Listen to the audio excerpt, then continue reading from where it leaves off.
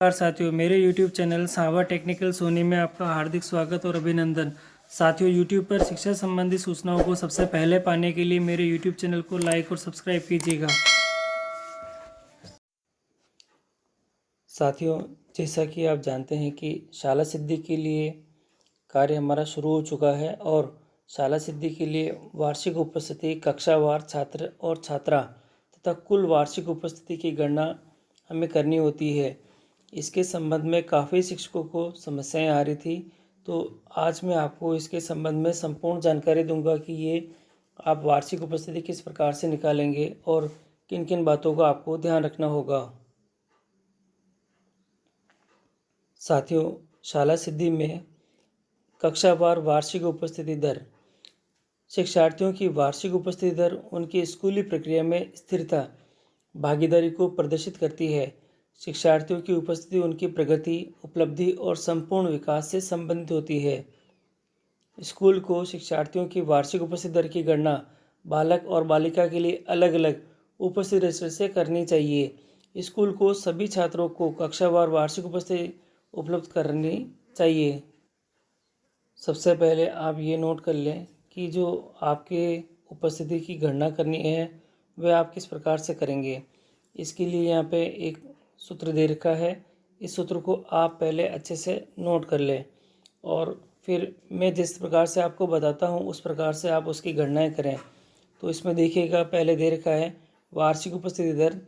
इसमें ऊपर की तरफ दे रखा है सभी छात्रों की कुल वार्षिक उपस्थिति दे रखी है और नीचे दे रखा है सभी छात्रों की संख्या और वार्षिक अनुदेशन दिवस और गुणा में क्या कर रखा है 100 है।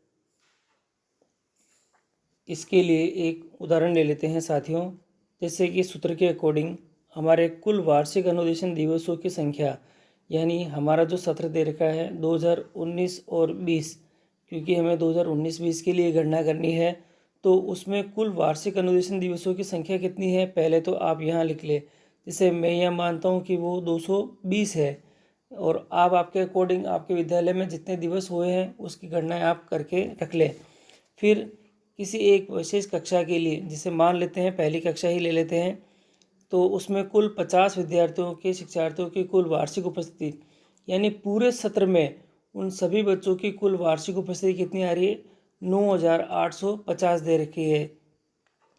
नीचे दे रखा है उनमें से ये जो 50 बच्चे हैं उनमें से छात्रों की संख्या कितनी है, यहाँ पे 30 है और छात्राओं की संख्या कितनी है, यहाँ पे 20 दे रखी है। तो पहले मैं छात्राओं के लिए देख लेता हूँ कि छात्रों की संख्या के अकॉर्डिंग कितनी होगी। छात्रों की संख्या यहाँ पे 30 है, तो छात्रों की वार्षिक उपस्थिति यानी इस टोटल में से जो छात्रों की है वो कितनी है 6220 दे रखी है। इसी प्रकार छात्राओं के जैसे 20 छात्राएं हैं तो उनकी भी कुल वार्षिक उपस्थिति कितनी होगी 3650 दे रखी है। साथियों, ये किसी एक कक्षा के लिए मैं गणना करूँगा तो सबसे पहले छात्रों के लिए करूँगा। सूत्र मैंने लिख दिया है और ये सूत्र मुझे अच्छे से पता है। सूत्र में मैं मान रखना शुरू करूँगा तो आप देखेंगे ऊपर छात्रों की कुल वार्षिक उपस्थिति है, क्योंकि छात्रों के लिए कर रहा हूँ तो छात्र की वार्षिक उपस्थिति मेरे पास 6200 है, मैं यहाँ रख देता हूँ। छात्रों की संख्या कितनी है 30 है, तो मैं 30 रख देता हूँ और वार्षिक अनुदेशन दिवसों की संख्या कितनी है 220 है। आपके ये अलग अलग आ सकते हैं और गुणा में मैं 100 करूँगा और आंसर निकलेगा मेरे पास में 93.94%। इसी प्रकार छात्राओं की करूँगा, सूत्र वही इस्तेमाल करूँगा, छात्रों की जगह छात्राएं आ जाएगी और इसी में मैं वैल्यू पुट करूँगा। ऊपर छात्राओं की वार्षिक उपस्थिति लिखूँगा जो मेरे पास 3650 है।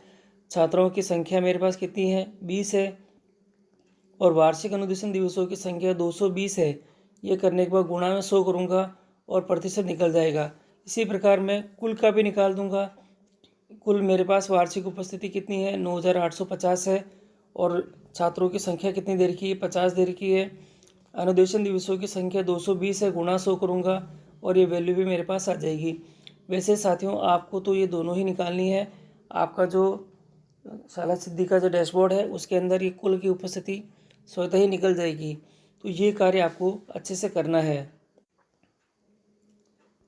साथियों, ये मैंने किसी एक कक्षा के लिए लिया है। आप इसी प्रकार कक्षा, जैसे कक्षा आपके लिए मैंने कक्षा 1 को मान के चला है, उसके बाद आप 2, 3 और 4 और इसी तरह से आपके जितने भी विद्यालय में कक्षाएं हैं उन सभी की आप वार्षिक उपस्थिति निकालें और पहले ये गणनाएं आप रफ में कर लें। उसके बाद ही यहाँ पे डैशबोर्ड में आप फीडिंग करें।